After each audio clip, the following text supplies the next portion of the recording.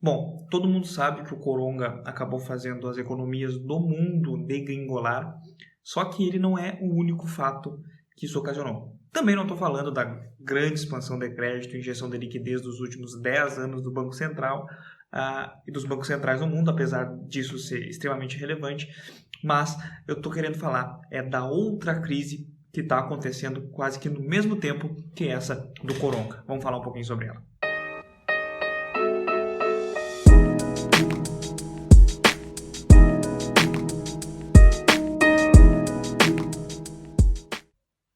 Beleza.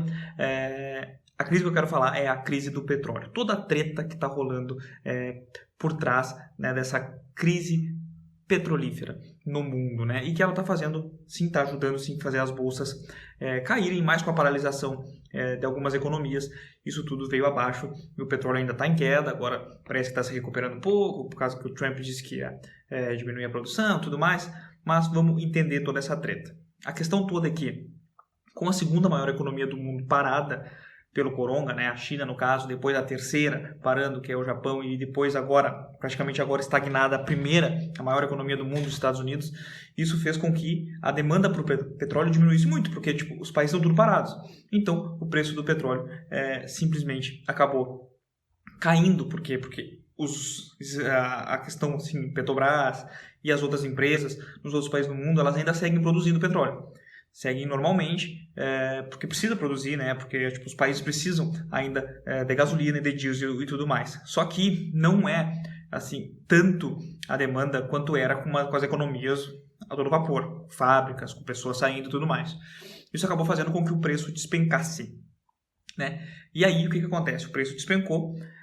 A OPEP, né, que é a organização lá, o cartel do petróleo, eles simplesmente se uniram lá e toda vez que isso acontece, eles diminuem a produção para que o preço permaneça estável, né? Só que dessa vez, eles precisavam que a Arábia Saudita, provavelmente dito, precisava que a segunda maior, né, que extrai petróleo no mundo, né, a Rússia também diminuísse a sua produção. Só que a Rússia não quis, porque ela cansou, ela o que o Putin falou? O Putin falou simplesmente que toda vez que isso acontece, acaba surgindo um novo concorrente. Né? Alguém consegue entrar no mercado e isso estava enchendo o saco da Rússia, e o Putin disse que não ia diminuir o número de barris que a Rússia extrai de petróleo. Né?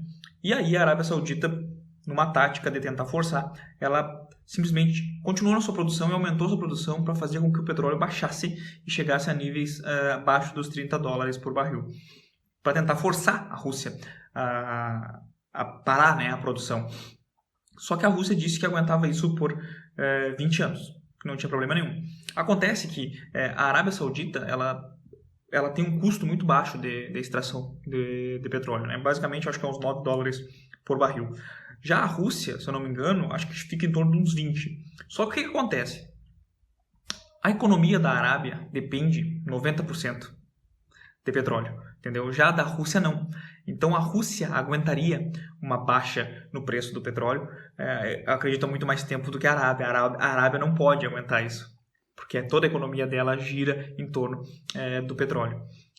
E além do mais, tem uma outra questão, né? Tem o maior produtor de petróleo do mundo, os Estados Unidos, que ele paga muito caro para extrair, assim. Não ele, né? As empresas dos Estados Unidos, uma parcela delas que extrai do xisto, né? Eles realmente extraem petróleo de pedra. Muito louco. Eles têm tecnologia para isso, só que o custo é muito elevado. Então, com o barril caindo, o preço do petróleo caindo, acaba ficando mais caro produzir do que vender, né? Provavelmente dito. E qual é a estratégia que a Rússia pode estar utilizando? Bom, a curto prazo ela perde? Ela perde. A economia dela vai decair? Não vai, porque como eu disse, ela não depende somente do petróleo, diferente da Arábia Saudita. Só que a longo prazo, tu pode tirar um grande player do mercado. Tu pode simplesmente tirar os Estados Unidos. Imagina se quebra nos Estados Unidos todas essas empresas que dependem propriamente de extrair de pedra. Isso é uma jogada muito interessante para a Rússia e isso ninguém está vendo. Então, é toda uma treta que rola por trás.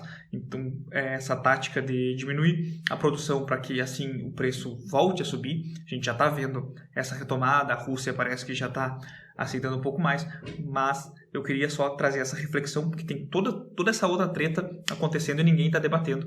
E talvez só a descoberta da cura do coronga não seja o suficiente. Nós ainda temos essa outra treta e nós temos também aquela questãozinha que eu estou sempre batendo, que é a injeção de liquidez nos últimos 10 anos pelos bancos centrais e agora eles imprimindo mais dinheiro ainda. Então, só a cura para o coronga talvez não seja o suficiente. Nós ainda vamos ter mais tretas entre países e tem essa outra crise financeira rolando aí por trás. Bom, e quem mais se fode com isso? Bom, se fode a pobre da Venezuela, né? Que é uma miséria desgraçada e que também acaba extraindo petróleo um pouco mais caro, né? O Brasil simplesmente caiu absurdamente o nosso preço, é por isso que a Petrobras está debarbada. Não é indicação de investimento, mas a Petrobras é uma empresa muito sólida, porque agora com o pré-sal a gente extrai muito barato, assim, a níveis sauditas, o preço do nosso, não sei exatamente quanto é que é, mas eu andei dando uma pesquisada, não saiu o novo relatório, a nossa extração por barril, né, de petróleo é muito barata, graças ao pré-sal. Então, quem também seria prejudicado com isso somos nós e também a questão, imagina a pobre da Venezuela, né, uma miséria gigante. E por que é tão prejudicado, assim, basicamente? Porque, cara, commodity não tem muito, assim, questão de escolha, entendeu? São itens praticamente iguais, parecidos, podemos dizer, entendeu? Tu não tem muita escolha assim, será que eu compro a soja dos Estados Unidos ou eu compro a soja do Brasil? Saca? Mais ou menos assim. Não, tipo assim, um país não chega e diz assim, bom, acabou a soja dos Estados Unidos, então vamos comprar do segundo padrão, que é a do Brasil. Não há tanta diferenciação assim entre commodities. A mesma coisa é o petróleo, né? Petróleo, minério. Então, é por isso que os países eles acabam fazendo isso, de diminuir a produção para que o preço aumente. Porque por mais que eles tentem extrair, eles tentem botar uma nova tecnologia, achar algo diferente, não há assim um certo tipo de nível A de minério, nível B, nível C, para que o teu país, por ser o teu país e extrair minério, o pessoal vai comprar do teu e não vai comprar do outro. Essa toda é a questão em cima das commodities. São basicamente itens muito parecidos e que todo mundo necessita e que ele tem grande demanda. Então, quem tem commodities acaba não conseguindo, por ser país A ou B, impor, né, que a minha commodity, o meu petróleo, a minha soja, o meu minério. Então, acaba tendo que sofrer com essas tretas internacionais entre os grandes exportadores, né, como é a questão do petróleo nesse momento. Então, é basicamente um videozinho rápido só para explicar e para ligar um alerta que, opa, tá acontecendo uma outra treta por trás, não é só o coronga, não. O coronga, como eu disse, foi a bolha, ou melhor, foi a motosserra que estourou, não foi o alfinete, né? Foi a motosserra que estourou toda a bolha, mas tem mais coisa acontecendo por trás. E vai ser interessante a gente ver aí os próximos acontecimentos, né?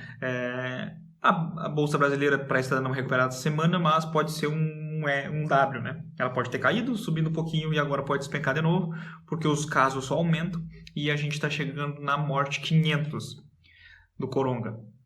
Não chegamos nem na 1000, né? Mas vamos aguardar. Por hoje era isso. Valeu.